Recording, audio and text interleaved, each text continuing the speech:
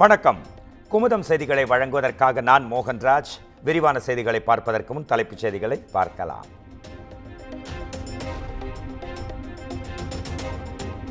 முன்னாள் அமைச்சர் செந்தில் பாலாஜிக்கு மூச்சு விடுவதில் சிரமம் இருப்பதால் ஐசியூவில் அனுமதி.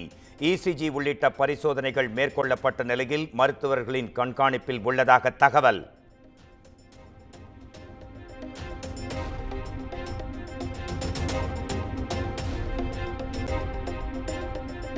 இரண்டாயிரத்தி 26ஆம் ஆண்டு சட்டப்பேரவை தேர்தலை முன்னிட்டு திமுக தேர்தல் ஒருங்கிணைப்பு குழு கூட்டம். தேர்தலை எதிர்கொள்ளும் வகையில் கட்சியில் மேற்கொள்ள வேண்டிய மாற்றங்கள் குறித்து ஆலோசனை.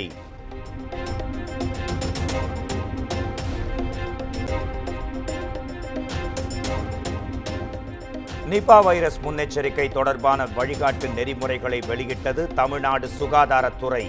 அறிகுறிகள் கண்டறியப்படும் நோயாளிகள் மற்றும் அவர்களுடன் தொடர்பில் இருப்பவர்களை 21 நாட்கள் தனிமைப்படுத்துதல் அவசியம் என அறிவுறுத்தல்.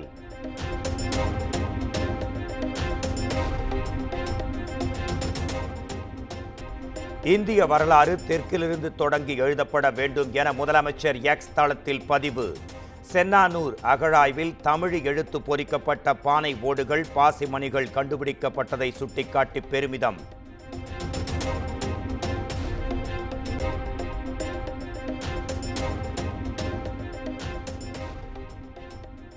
தமிழ்நாட்டில் சாலை பணிகளுக்காக மத்திய அரசு சுமார் 2 லட்சம் கோடி ரூபாய்க்கு ஒப்புதல் வழங்கிய விவரம் முதலமைச்சர் மு.க. ஸ்டாலினுக்கு தெரியுமா?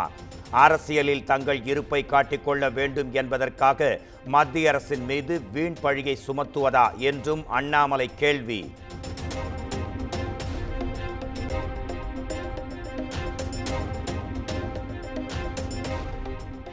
துணை முதலமைச்சர் பதவி ஸ்டாலினின் மகனுக்கு வழங்குவது ஏற்புடையது அல்ல என எடப்பாடி பழனிசாமி கருத்து.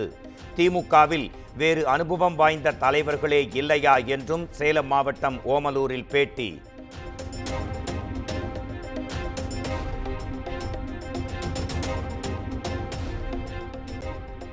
ஆம்ஸ்ட்ராங் கொலை வழக்கில் தானாக முன்வந்து சரணடைந்த நபர் திட்டமிட்டு என்கவுண்டர் செய்யப்பட்டுள்ளார். கைது செய்யப்பட்ட நபரை கையில் விலங்கணியாமல் அழைத்துச் சென்றது ஏன் என்றும் எடப்பாடி பழனிசாமி கேள்வி.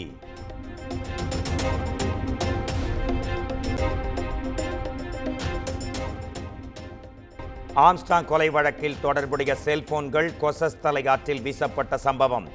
6வது செல்போனின் உதிரி பாகம் மீட்கப்பட்டதாக தகவல்.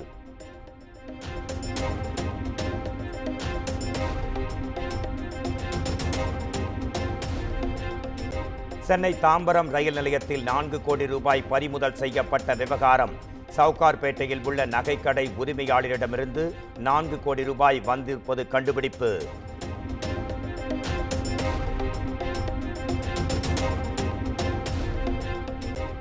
சென்னையில் வீட்டில் பதுக்கி வைக்கப்பட்டிருந்த 2 பழங்கால அம்மன் சிலைகள், ஒரு உலோக வாள் பறிமுதல். 4 பேரை கைது செய்து சிலை திருட்டு தடுப்பு போலீசார் தீவிர விசாரணை.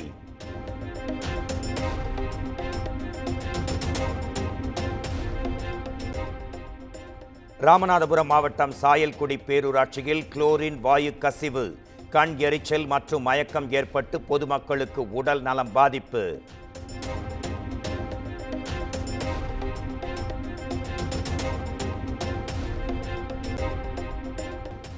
மதுரையில் 2 கோடி ரூபாய் கேட்டு பள்ளி சிறுவன் கடத்தப்பட்ட வழக்கு.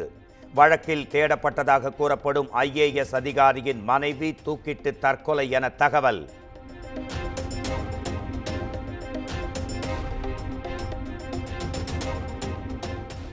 சென்னையில் நடைபெற்று வரும் 2ஆம் கட்ட மெட்ரோ ரயில் பணிகளை ஆய்வு செய்த அமைச்சர் உதயநிதி. ராயப்பேட்டை, ஆலப்பாக்கம், பூந்தமல்லி பகுதிகளில் ஆய்வு மேற்கொண்டு அதிகாரிகளிடம் தகவல்களை கேட்டறிந்தார்.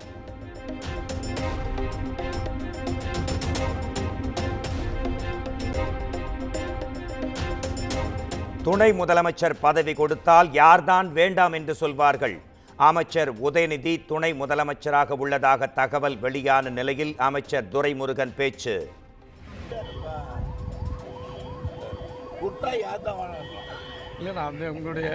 அப்படியே இல்லை, நிர்வாகம் எல்லாரும் சேர்ந்து முடிவெடுக்க வேண்டியது.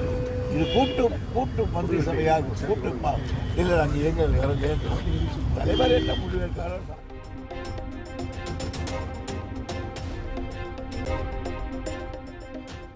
ஜெயலலிதா ஆட்சியில் தொடங்கப்பட்ட திட்டங்கள் நிறுத்தி வைக்கப்பட்டிருந்த கோபம் மக்களிடத்தில் இருக்கிறது. மதுரை விமான நிலையத்தில் முன்னாள் முதலமைச்சர் ஓ பன்னீர்செல்வம் பேட்டி.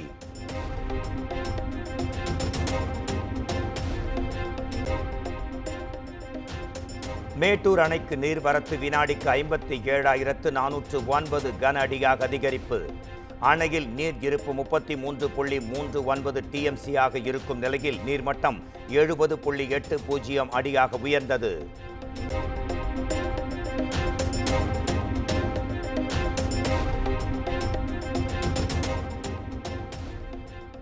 ஆடி பௌர்ணமிக்கு முருகனை தரிசிக்க திருச்செந்தூரில் அலைமோதிய பக்தர்கள் கூட்டம்.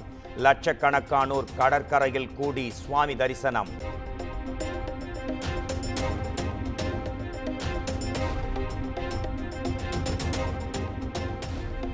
முருகப்பெருமானின் 5ஆம் படை வீடான திருத்தணி முருகன் கோயிலில் குவிந்த பக்தர்கள்.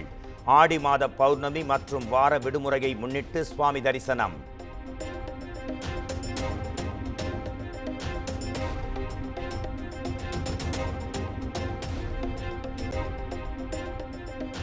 தென்காசி மாவட்டம் குற்றாலத்தில் குவிந்த சுற்றுலா பயணிகள். விடுமுறை தினத்தை அருவியில் ஆனந்த குளியல் போட்டு உற்சாகம்.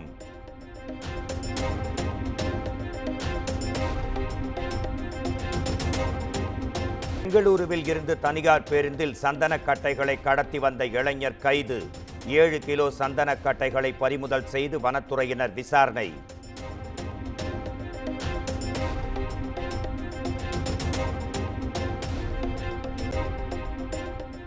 வார விடுமுறை முடிந்து தென் மாவட்டங்களில் இருந்து சென்னை திரும்பும் மக்கள். பரனூர் சுங்கச்சாவடியில் வரிசை கட்டி நின்ற வாகனங்களால் போக்குவரத்து பாதிப்பு.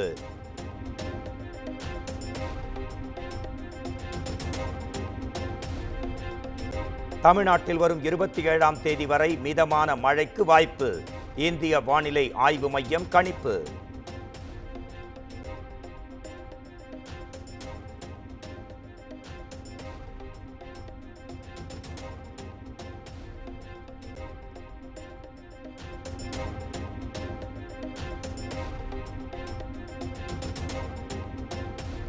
லோகேஷ் கனகராஜ் இயக்கத்தில் கூலி திரைப்படம் நன்றாக வந்து கொண்டிருக்கிறது. சென்னை விமான நிலையத்தில் நடிகர் ரஜினிகாந்த் பேட்டி.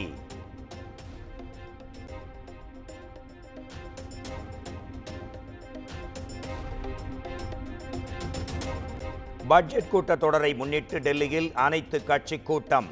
மத்திய அமைச்சர்கள் பங்கேற்ற கூட்டத்தில் நீட் முறைகேட்டை எதிர்த்து எதிர்க்கட்சிகள் வாக்குவாதம் என தகவல்.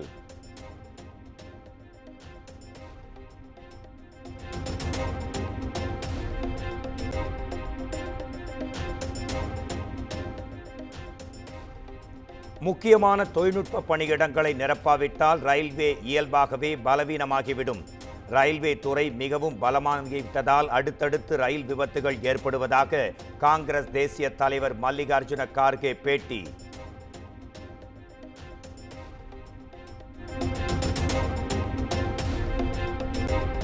இந்திய ஒலிம்பிக் சங்கத்திற்கு நிதி உதவி வழங்கியது BCCI. 8.5 கோடி ரூபாய் வழங்கியிருப்பதாக BCCI செயலர் ஜெய்ஷா அறிவிப்பு.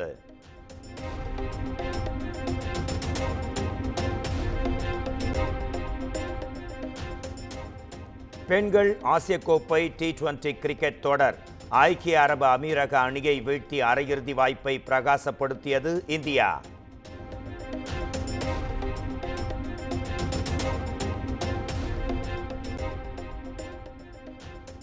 பெண்கள் ஆசிய கோப்பை கிரிக்கெட் தொடரில் இருந்து இந்திய வீராங்கனை ஸ்ரேயாங்கா விலகல். கையில் ஏற்பட்ட காயம் காரணமாக விலகிய நிலையில் தனுஷா கன்வர் அணியில் சேர்ப்பு.